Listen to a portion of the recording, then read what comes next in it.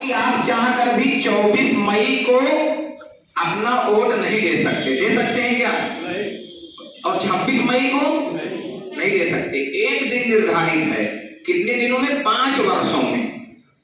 5 वर्षों का इतना कीमती समय हम सिर्फ इसलिए गंवा देते हैं, अपने घर से नहीं निकलते कि धूप आज बहुत है,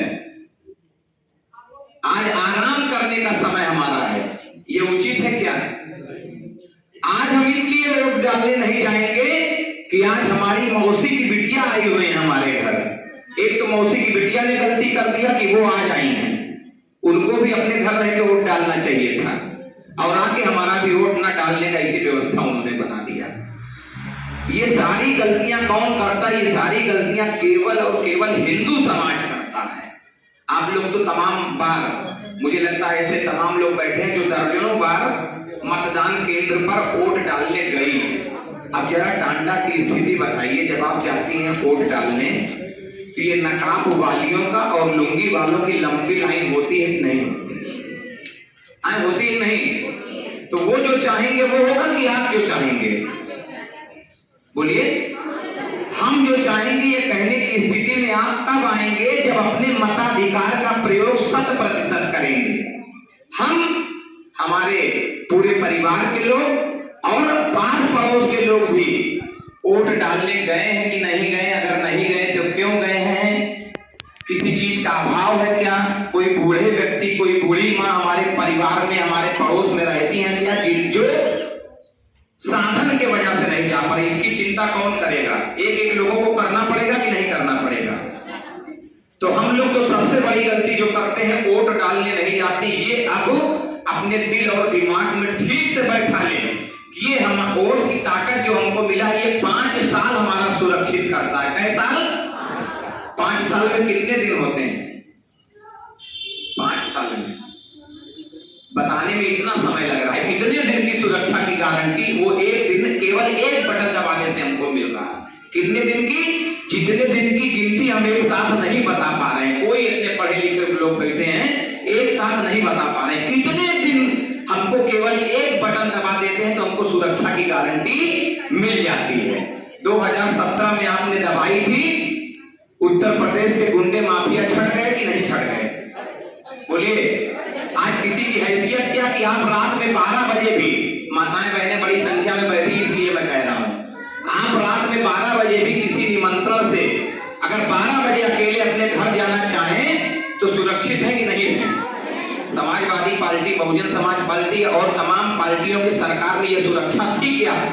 डर रहता था कि नहीं? खास तौर से टांडा की माताओं बहनों को विशेष रूप से इस बात का डर रहता था कि रात में 12 बजे मैं अकेले चौक से और अपने घर कैसे जाऊं? ये डर रहता था कि नहीं? ईमानदारी से बताइएगा।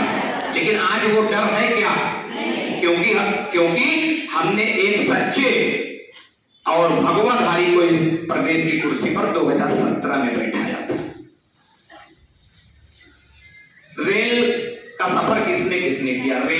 रेल पे कौन कौन बैठा है? सब लोग बैठे, सब लोग बैठे। रेल पे जब हम लोग स्टेशन पर बैठते थे तो एक सूचना मिलती थी। क्या मिलती थी? कि अपने आसपास कोई भी बिना किसी का जाना समझा बैग अगर पड़ा हुआ है, लावारिस बैग पड़ा हुआ है, तो कृपया उसको हाथ ना लगाएं। सूचना मिलती थी कि नहीं मिलती थी? आज आप जाइए स्टेशन पर बैठिए, ये सूचना उस अनाउंस से खत्म हो चुका है। क्यों? क्योंकि आज किसी गुंडा, मावाली, चोर, डकैत, उचक्के की हैसियत नहीं है कि कोई भी चोरी कर ले, कोई डकैती कर ले, किसी माँ बहन को छेड़ दे, किसी का सामान छू दे। ये विश्वास क्यों बना है? क्योंकि अपने देश में एक राष्ट्रभक्त, एक राष्ट्रीय स्वयंसेवक संघ का स्वयंसेवक देश की कुर्सी पर बैठा हुआ। ये सूचना अब नहीं मिलती, लेकिन 2014 के पहले ये सुनाई पड़ता था। आप जाइएगा तो इस बात को ध्यान दीजिएगा कि लावारिस वस्तु को कृपया हाथ न लगाएं, ये बम भी हो सकता है। आज दुनिया में बम विस्फोट हो रहे हैं, तमाम देशों में हो रहे हैं। जिन्होंने हिंदुस्तान में कभी बम विस्फोट करते थे, हमारी सीमाओं से घुसकर आकर और बम विस्फोट, कभी अक्षरधाम मंदिर पर, कभी संकट मोचक मंदिर पर, कभी अयोध्या धाम में, कभी बनारस के घाटों पर, कभी अयोध्या के कोर्ट में आके विस्फोट कर देते थे, आज उनकी हैसियत नहीं। आज बम विस्फोट किसी अखबार में, समाचार में, किसी टीवी पर आता है क्या? ये जो सुरक्षा की गारंटी हमारी मजबूत सरकार ने दिया है, हमारी मजबूत सरकार ने दिया है, हम सबका नैतिक दायित्व बनता है कि अपने मताधिक सब लोग केवल बात का ध्यान दीजिए, और जिसको बातचीत करना होगा अभी बाद में 1 घंटे में यहाँ बैठूंगा, हम लोग किया जाएगा बात।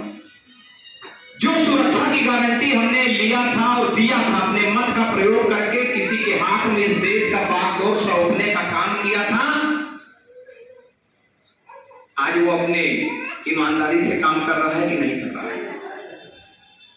कुर्सी पर बैठते ही उन्होंने कहा कि न खाऊंगा न खाने दूंगा। आज देश के प्रधानमंत्री की कुर्सी पर बैठे व्यक्ति का छोटा भाई गुजरात के एक छोटे से कस्बे में किराने की दुकान चलाता है, जो 1000, 2000, 5000 की बिक्री रोज होती है। गांव का प्रधान हो जाता है, जो सफारी आ जाता है, नहीं फॉर्च्यूनर से चलने लगता है कि नहीं चलने लगता। मोदी जी के भाई आज भी छोटे से किराने के दुकान से अपना जीवन यापन कर रहे हैं, चाहते तो क्या नहीं कर डालते, लेकिन ईमानदारी का जो उन्होंने एक खाका राजनीति के क्षेत्र में खींचने का काम किया है, मैं अगर गलत हो जाऊंगा तो मैं किस मुंह से जाऊंगा और ये कहूंगा कि ना खाऊंगा ना खाने दूंगा। नारा तो पूर्व के राजनीतिक दलों ने भी दिया था, तमाम तरह के नारा देते थे। कांग्रेस की सरकार देश आजाद होने से और लगातार 70 वर्षों तक इस देश में राज किया। उसके प्रधानमंत्री राजीव गांधी कहते थे कि जब मैं किसी विकास के कार्य के लिए 1 रुपया दिल्ली से भेजता हूं तो पहुंचते जिस व्यक्ति के पास पहुंचना है वहां पर 15 पैसा पहुंचता। आज मैं पूछता हूं, जिसको हमने बनाया है प्रधानमंत्री, वो 2000 रुपया किसान के खाते में भेजते समय दिल्ली में बैठे केवल एक बटन दबाता है तो आशोपुर में बैठे किसान के खाते में 2000 रुपया आता है, 1999 रुपया नहीं आता। ये भ्रष्टाचार को खत्म करने का जो नारा हमने दिया था, वो आज सार्थक परिणाम हमारे पक्ष में दिखाई दे रहा। आज देश का दिशा और दशा बदल रहा है। तो तमाम राजनीतिक पार्टियां मिलकर चोर मौसेरे भाई बनकर हमारे द्वारा बनाए गए, जिसको हमने उस कुर्सी पर बैठा है, उसको हटाने का प्रयास कर रहे हैं। हम लोग हटने देंगे क्या? यही 5-6 लोग, सब लोग, अच्छा 35 लोग हटने देंगे, 5-6 लोग बैठाने के, तब तो हम हार गए। सभी लोग जरा बोलिए, हम हटने देंगे क्या? केवल अपने मताधिकार का प्रयोग नहीं बल्कि इस चिंता करने की विषय है कि हम पूरे परिवार के साथ आने वाली 25 तारीख को मतदान केंद्र पर जाने वाले हैं। एक दिन हम अपना गर्मी भी बर्दाश्त कर लेंगे, धूप भी बर्दाश्त कर लेंगे, क्योंकि आने वाला 5 वर्ष हमारा सुरक्षित होने वाला है।